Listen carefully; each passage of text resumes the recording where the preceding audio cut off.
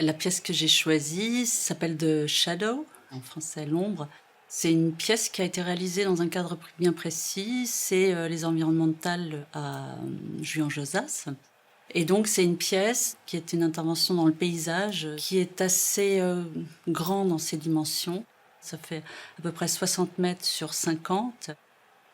C'est la réalisation d'une ombre d'un avion à partir d'une photo. En fait, j'étais partie, comme souvent, d'une image médiatique qui est une image de guerre, où on voit un avion au-dessus d'un paysage en train de bombarder. De cette image-là est venue l'idée d'utiliser uniquement l'ombre comme un référent à cet événement. Donc pour moi, c'est une pièce qui, d'une certaine façon, est au centre de beaucoup de choses, beaucoup de questions qui me préoccupent dans mon travail, notamment les questions autour de la guerre. Comme là, c'était un espace extrêmement bucolique, un paysage tout à fait pacifique. C'est ça qui m'intéressait, ce contrepoids énorme par rapport à cet espace paisible et un pays qui n'est pas en guerre, la France, et cet avion qui venait peut-être de la guerre d'Irak.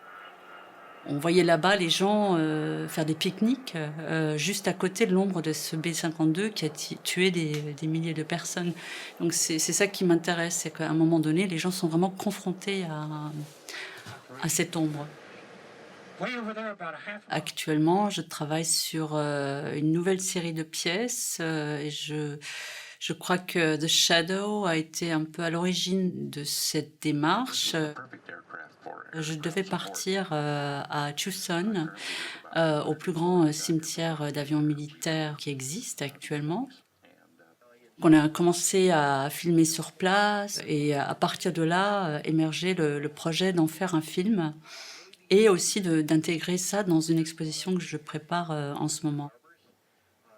Il va y avoir dans l'exposition que des références à des gens qui s'opposent à une activité, à la guerre ou mais qui ne font rien. Et donc l'idée c'était de filmer ce cimetière d'avions et d'y introduire par la suite en post-production des personnages ou des personnes qui sont allongées sur les ailes, voilà, quelque chose qui est en totale opposition avec ce qui se passe dans l'image.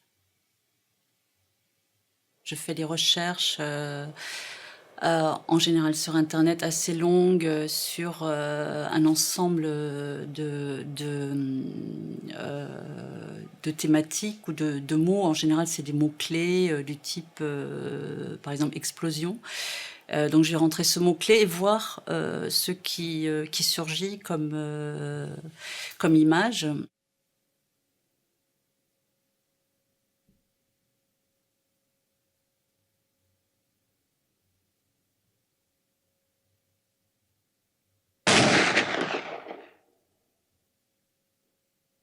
De façon plus générale, dans mon travail, je me suis beaucoup intéressée à notre rapport à la violence. J'ai travaillé ces questions justement de la relation de la femme à la guerre ou à des objets violents. C'est-à-dire on voit apparaître la femme armée ou la femme violente dans beaucoup de films, voire dans la réalité. Abu Ghraib, c'est assez récent, mais ça a été quand même assez choquant de voir des femmes tortionnaires. En tant que femme, je me pose la question de ma propre violence ou de notre rapport oui, à une société d'hommes qui a été au centre du rapport violent. Mais est-ce que la femme, elle est en dehors de ça ou est-ce qu'elle est impliquée actuellement de la même façon? Quelle est sa liberté de démarche pour ne pas reprendre ces mêmes modes de fonctionnement? Voilà, c'est tout un tas de questions que j'essaie de poser à travers ces œuvres que je propose. J'utilise beaucoup de médias différents, aussi bien la vidéo que la sculpture, que le dessin ou que la photo. Pour moi, c'est toujours un élément très important, voire un élément moteur du travail. L'outil que je vais utiliser, il va lui-même déjà dire des choses ou exprimer des choses.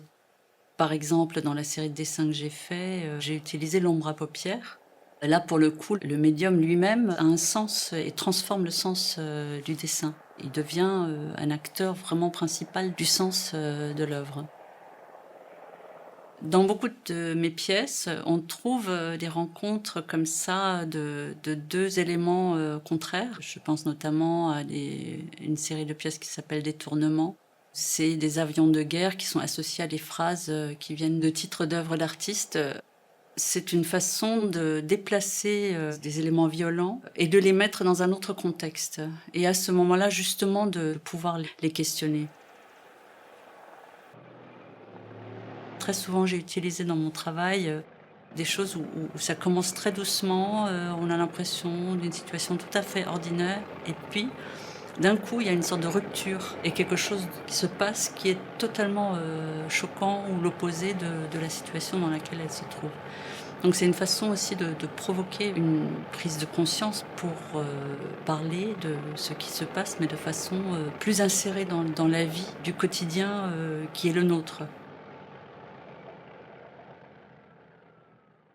Très souvent dans mon travail, il y a cette approche très, disons politique ou sérieuse, mais il y a aussi, beaucoup d'humour qui, s'y insère ou une sorte de distanciation, qui fait qu'il y a aussi un regard un peu plus, plus moqueur, de certains événements.